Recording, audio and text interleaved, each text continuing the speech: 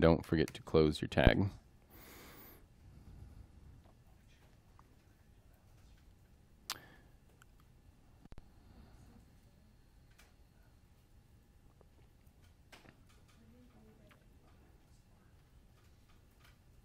Oh, explode. What's this error mean? Route is not defined. What'd I forget to do? Import, yeah. Can't just use components all willy-nilly.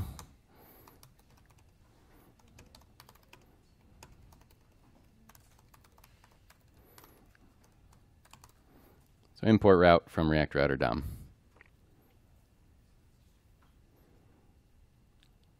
There we go. So now we get this nice, please enter a username to search on GitHub. Cool. And then you'll see, since that requires an exact match, if I put anything else, it goes away.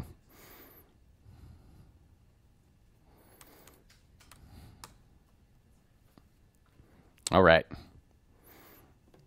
So next step, we got to put a username in here, right? And then submit it. And when we submit it, get it tacked onto the end of the URL, right? So how do we make our component aware of what is in the input? We've done this like a bajillion times now. Props? Just to monitor what's in the text box? What was that? Event listeners, right? So we need some state to store it, right? And then we can use event listeners to listen for when the state changes. All right, so let's initialize some state here.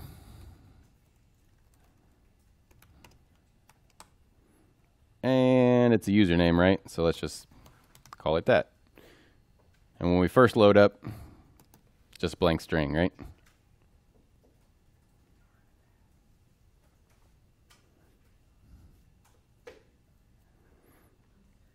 Anybody have any questions about this? Totally cool with that? Okay. Notice it's not in a constructor. You don't have to put it in a constructor. Property initializers. Cool. We're doing it the new school way. All right. And then, hopefully you're familiar with this by now. We can just tie the value of it to this .state.username. And then, Jackie, what event listener do I want to listen for? Well, submit for the form. How about for just changing the value, like as we type? You remember that one? Yeah. Because right now, remember, we're bound to just state.username, which is a blank string. So I'm not going to actually be able to type anything. We got to give it a way to change it. So on change, this .handle change.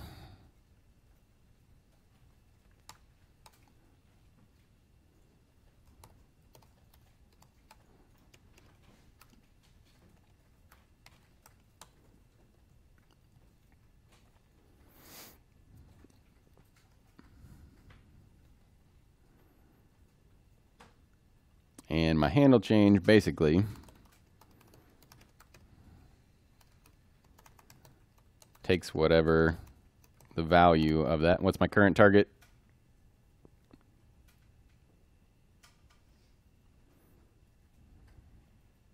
It's the input, right? And then I can just set state of username.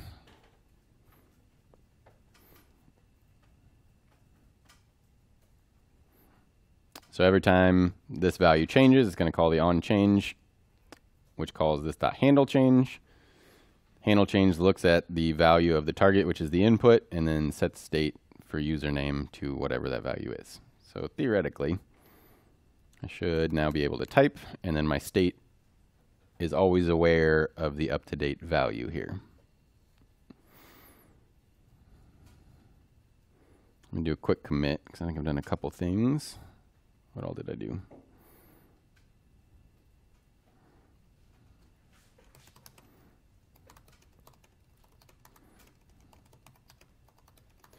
Input in state.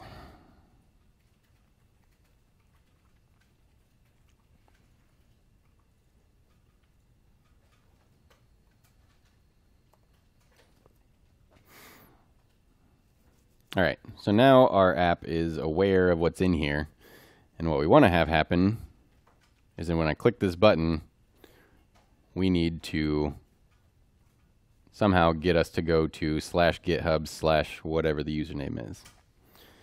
So remember all those methods we had on the history object that we get? Let's open up our developer tools, particularly the React ones, and look at our GitHub thing. So you can see we've got extra props in here now. So you can see our state, where it's got what's in the text box. And remember, since we're inside the router, these are props that we automatically get. So we've got our history prop, which has all these different methods. You can also see we've navigated 15 times so far since last refreshing the page. We have our location object, which has our params hash as well as the path name and any search params. And then our match objects, which tells us whether our match was exact, and yes it is. We match exactly /GitHub, and we don't currently have any params passed to us. So these objects we get automatically just because we're inside the router. And since we want to push something new onto our history, let's try using that method. So we want that to happen when we submit the form, right? So we can add an onSubmit event listener.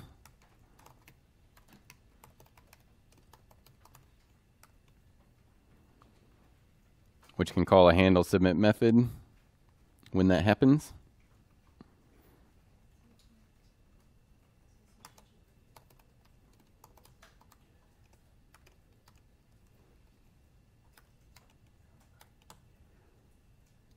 What's the first thing I want to do in the handle submit method? Prevent default. Yeah, we don't want to do the normal thing. The normal thing for a form is not to go to a different URL.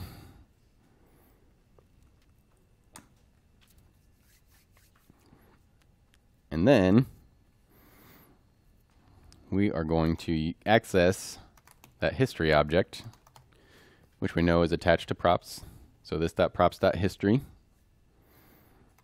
And then there's a push method on it. And then we just tell it where we want to go to. And I'm actually going to use backticks because we're going to do some interpolation here. So we want to go to /GitHub/ what? What comes after the slash? Yeah.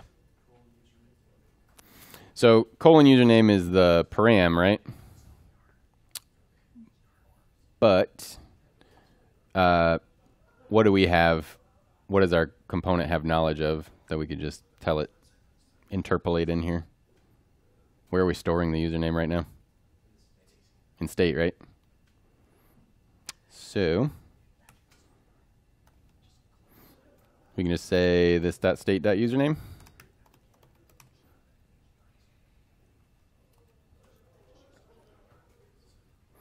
So we're keeping track of what the username currently is in state, and then when we actually submit the form by saying, pushing this button that says look up GitHub user, then it's going to call handle submit, prevent default so it doesn't submit the form, and then we're going to call the history object, the push method on it, and tell it to go to /GitHub/ whatever the username is. So now, if I type Davy's GitHub user in here, click that, and we have that. And then you can see our normal line down here went away because we no longer have an exact match on /GitHub.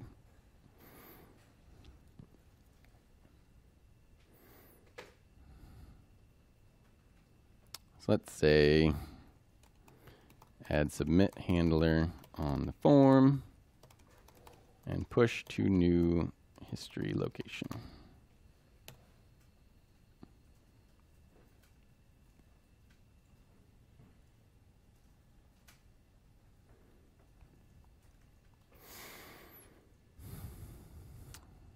All right, so now we've got a new URL to match, right? So let's make a new route that matches that. So below our exact match, let's add another one. And this time, the path is equal to /GitHub, and now your answer is correct, :username. Meaning, when our path is /GitHub/ whatever it is, I'm going to assign to a param called username.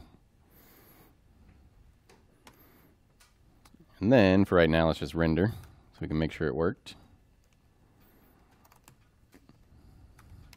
Now all these render methods automatically receive props. We just haven't used them because we haven't done anything with it. But now we're going to pass it in because we're going to do cool stuff with it. So if we say, let's just do like an H3 or something. You searched for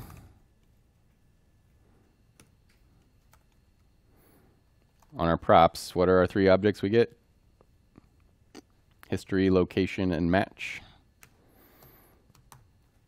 So if we do props.match, match has a params property. And then we said our params name is username.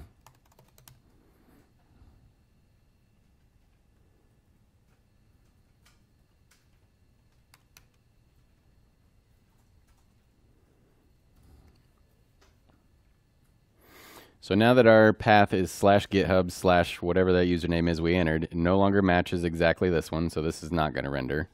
It's going to go to the next route and say, do I match /GitHub/ something that I'm going to call username? Yes, I do.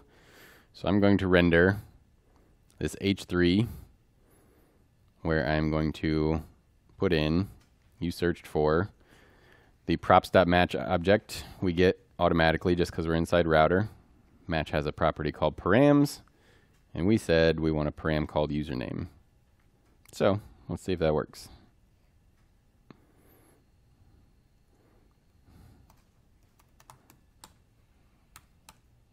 And yeah, you search for Destruce. Cool. Make sense so far?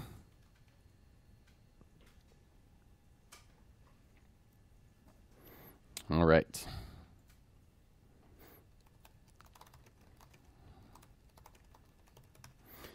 Add route for GitHub username.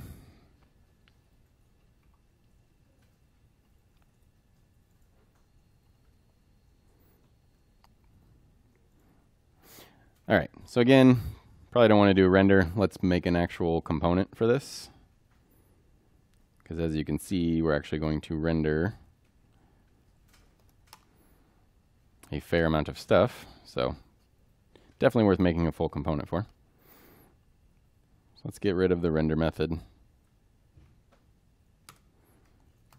And instead, give it a component prop. And we'll make a component called GitHub user.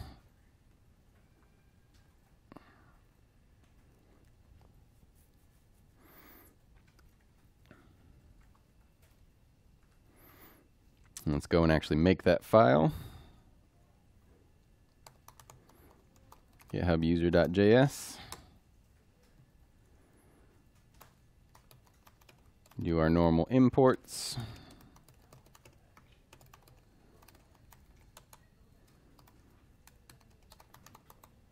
Make class.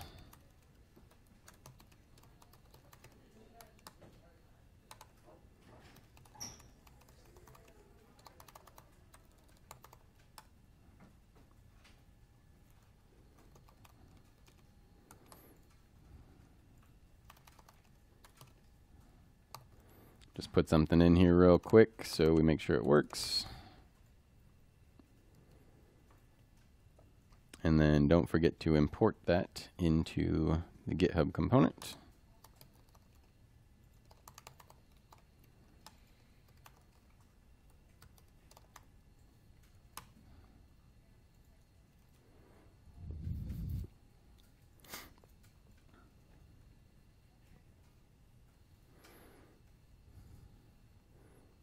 And then There we go. Since we have /github/some username, we're matching that second route, and so we are rendering our GitHub user component.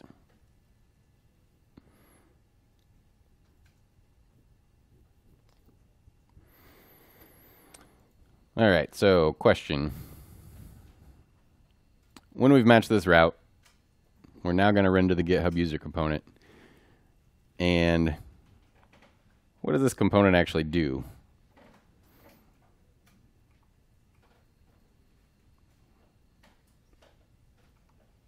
Like it fetches some information about a GitHub user, right? So let's make it so our component does that. How do we make something happen when a component first loads up?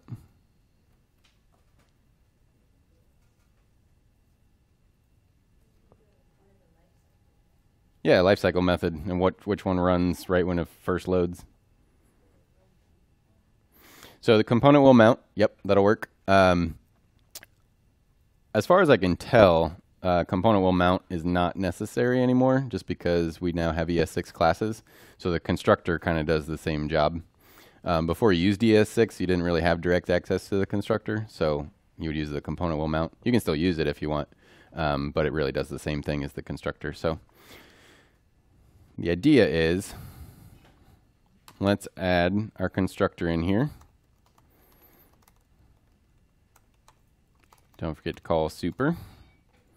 And then we want it to fetch some user data, right?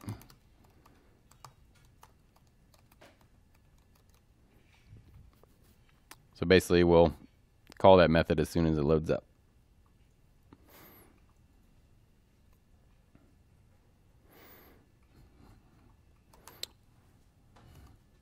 So we'll add that method in here.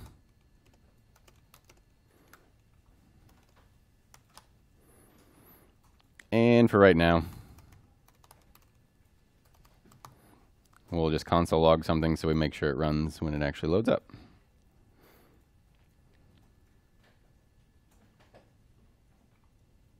All right, so you can see it's there. As soon as I load it up, it's there. If I don't match that route, it doesn't run. As soon as I add in that, now we've rendered a different component, and it calls that fetch as soon as it's constructed, right?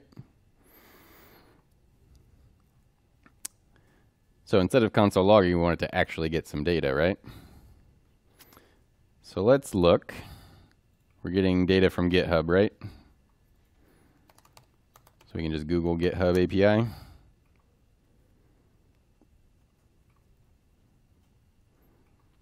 Oh, look, lots of documentation about the GitHub API. So what we are trying to get is information for a single user, right? So let's look through here. Users, that looks promising. Get a single user. So if we do a request to /user/username, looks like we get an object back that looks like this. So all that information about a particular user. So, think we can do that? Probably. All right. So what method are we going to use here that we talked about in the previous presentation? Fetch, yeah. So it's going to say fetch. And then you give fetch a URL to fetch from, which you can just pass in as a string.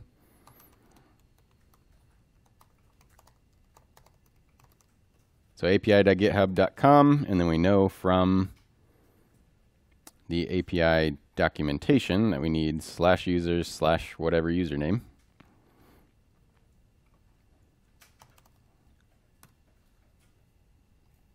And then how do I get the username in here? How do we get the username when we were just doing the inline render?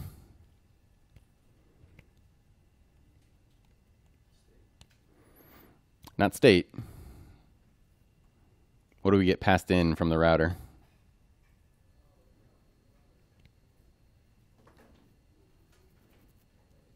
Remember, we get that match object. So we can do this.props.match. And then the match object has a params property. And then we told it in our route that our param is going to be username, right?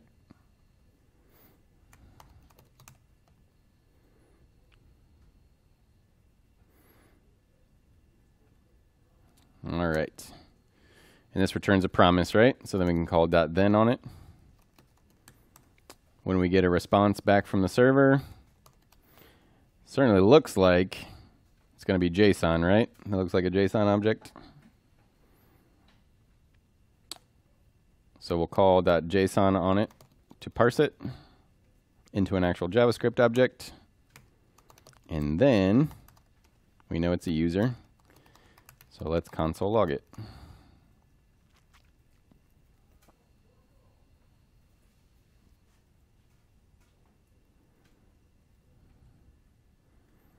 All right, so theoretically, oh, you can see we already did. So the hot reload refreshed the page. We already had Davy's username in here. And so I ran that fetch function, which called the GitHub API. When they sent the response back, we parsed it into an actual JavaScript object, and then we console logged it here. So you can see we've got a whole bunch of stuff. So I got some useful stuff like the avatar URL, so that'd be like your avatar picture. We got number of followers, people you're following, how many people you're following, your location, login name. Let's see what else. HTML URL, so the direct link to your GitHub account. So that's pretty cool, right? Probably enough information to render this sort of thing. Do a quick commit on that. That's user data from GitHub API.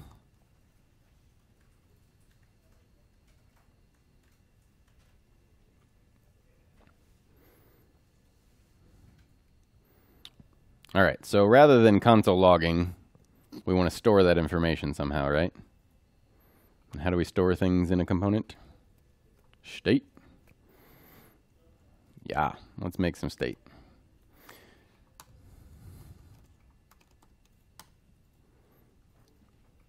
And let's just call it user. So I put an object into object. And then it looks like the properties we need are, we definitely need the avatar, login name, followers, following, location, and then the URL, right? So let's just initialize all those as empty strings initially.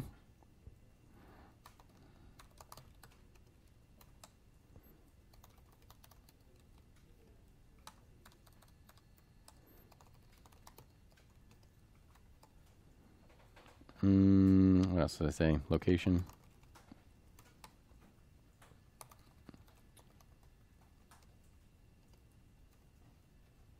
I think that was that, let's see, let's check our property here. I think it was avatar URL, right? So it doesn't have to be the same name. It's just going to be easier to make them the same name. And you'll see why in a minute.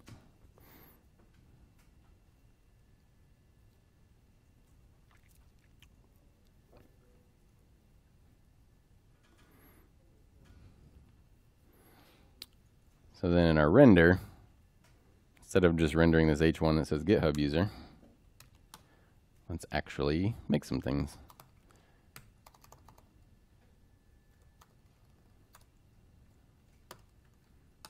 So wrap everything in a div with a class name of GitHub user.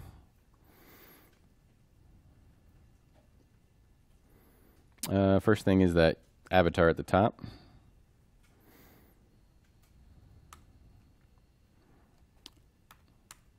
And then what's my source for the image going to be?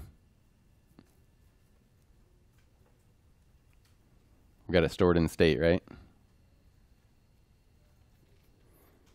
So this .state.user.avatar URL. We're going to have to do this for a lot of properties, so that's going to get a little long to do this .state.user every time. So before we do that, let's just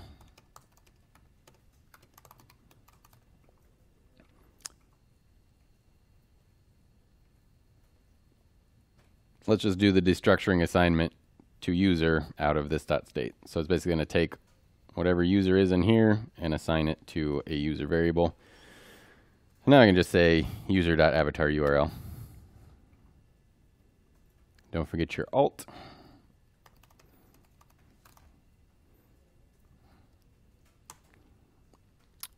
Then we've got their login name, right? So we can do user.login.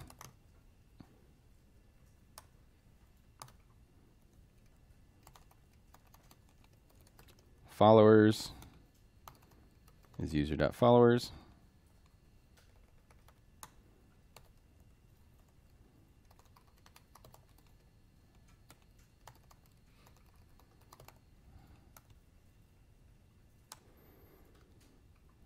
What else we got? Location.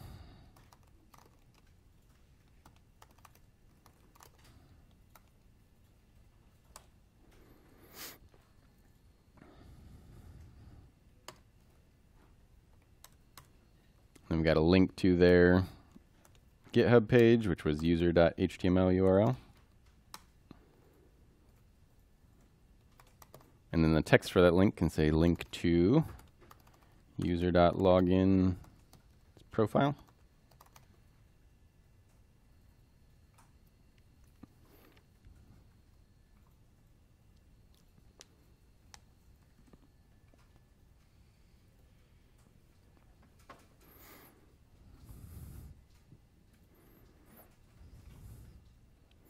So definitely get used to these destructuring assignments because it can save you a lot of typing. Otherwise, we would have had to write this .state.user on every single one of these, and that would have gotten really annoying. So theoretically, oh, right, we're still just logging it, right? That doesn't help us. So we've got all these fields, but we didn't set the information because right now we're just console logging that user we got back, right? So what do we need to do instead? Set state.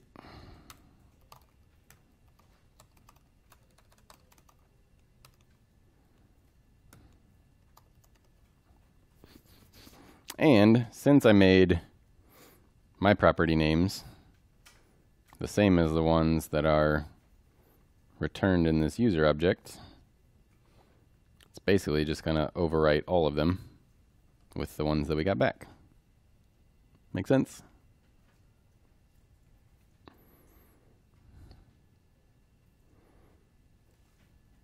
So now, you get to see Davy's smiling face.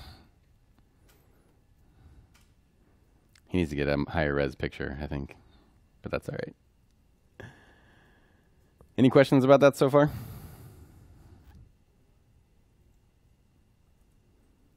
All right, we need a little bit of styling here.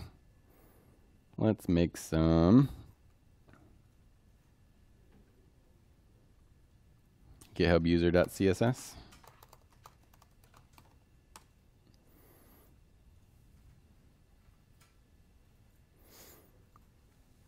And these aren't a lot of rules, so we'll just type them. First of all, let's make that image a bit smaller. Let's give it a height of 200 pixels. And notice we got a nice rounded thing here. So you can make pretty much anything round by giving it a border radius of 50%.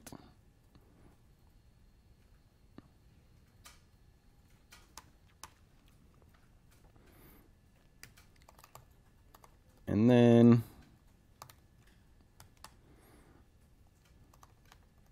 we just make those other fields a dark gray instead of straight black.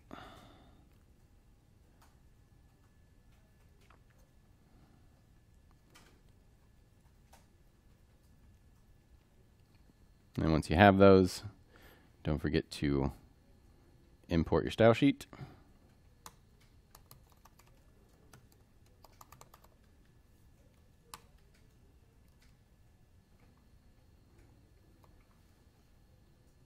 And there you go. Nice.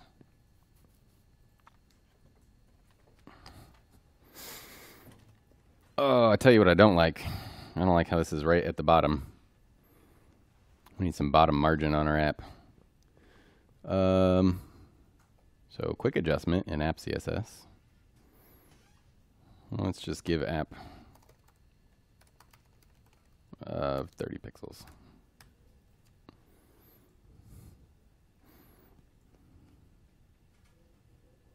There we go. Now we got some space.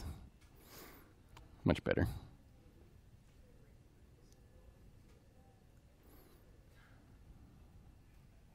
All right. What all did I do there? Just that. Oh, that was like the whole thing. Okay. Add markup for GitHub user and style it.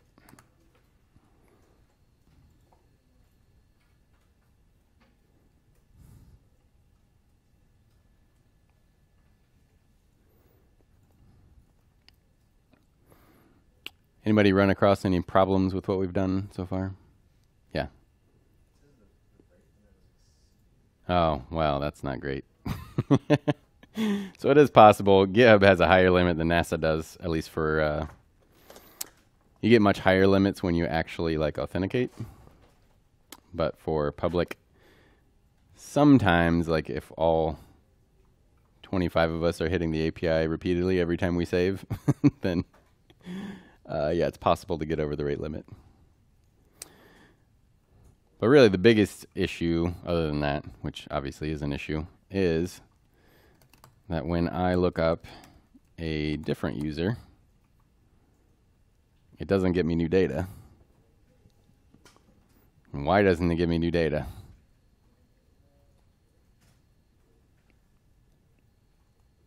When are we getting the information?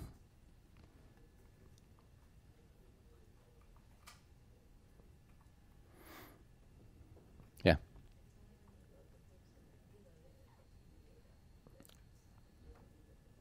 Right.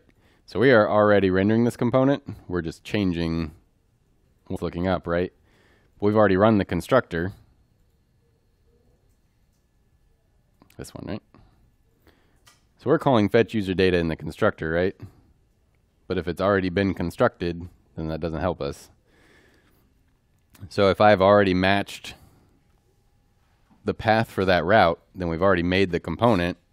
And if I just change the URL, I'm still rendering the same component, it just has different params now.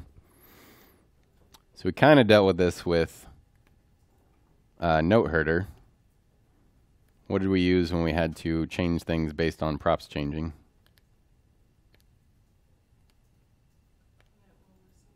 Component will receive props. Yeah. So our props are changing, right? Because that's going to change the match object and the history object. So we're definitely going to get new props. So we know we can use that lifecycle hook to say, hey, when we get new props, if it's the location that's changed, meaning our URL changed, then let's get new user data, right? Make sense?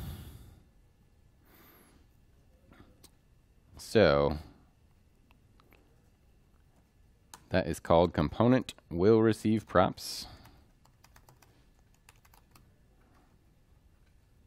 And remember, as long as you name it correctly, the name that it is, you don't have to do anything to call it. It's just part of what React calls as part of all these lifecycle events. And it receives an argument of next props, which is this.props is still our current props. And then next props that this method receives is what our props are going to be after we re-render. So again, what we want to check is, did our URL change? Basically, did our location change, right? We could have other props change, but that doesn't mean we want to do a whole new fetch from the GitHub API, because we might still have the same user that we're looking for, right? we specifically want to know, do we have to look for a new user? So like, did our URL change? So let's make a variable called location changed. And so we can say next props dot location does not equal this dot props dot location. Make sense? So if our next props that we're getting are location objects changed, then we know that we have to recall the thing. So if location changed,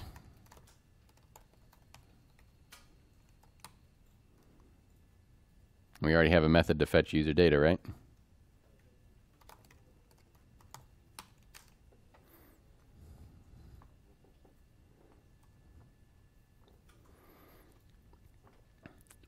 So if the location changed, let's call that method again, right?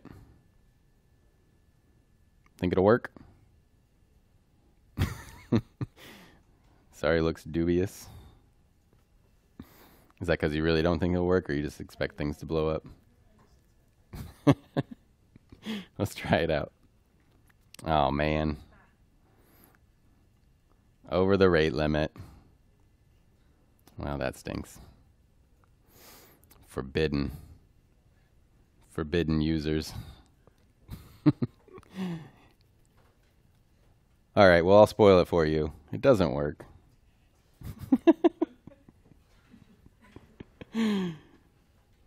And the reason is our fetch is interpolating this dot props dot match dot params dot username, right? So it's still the current ones. We need the next props match param, because that's just going to look up the same user, right? Because our props haven't actually changed yet. So how are we going to handle that? So we need to somehow have fetch user data know which props to use here, whether it's this dot props or next props. So I think we could just pass them explicitly. Seems like a good idea. So if we make fetch user data take a props argument and just change this to be props.match.params, then it's just a matter of which one we're passing it. So in the constructor, what do I want to pass as an argument? This dot props. Makes sense. And here, what do I want to pass? Next props.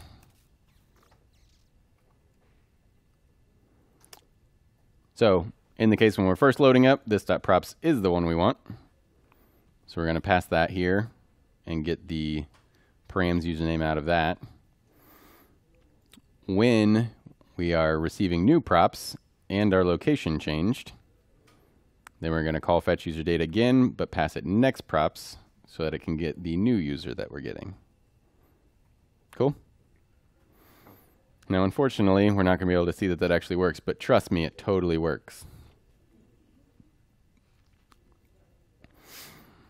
All right. So that is pretty much as far as we're going to go with this. Let's talk about what your homework is for tonight.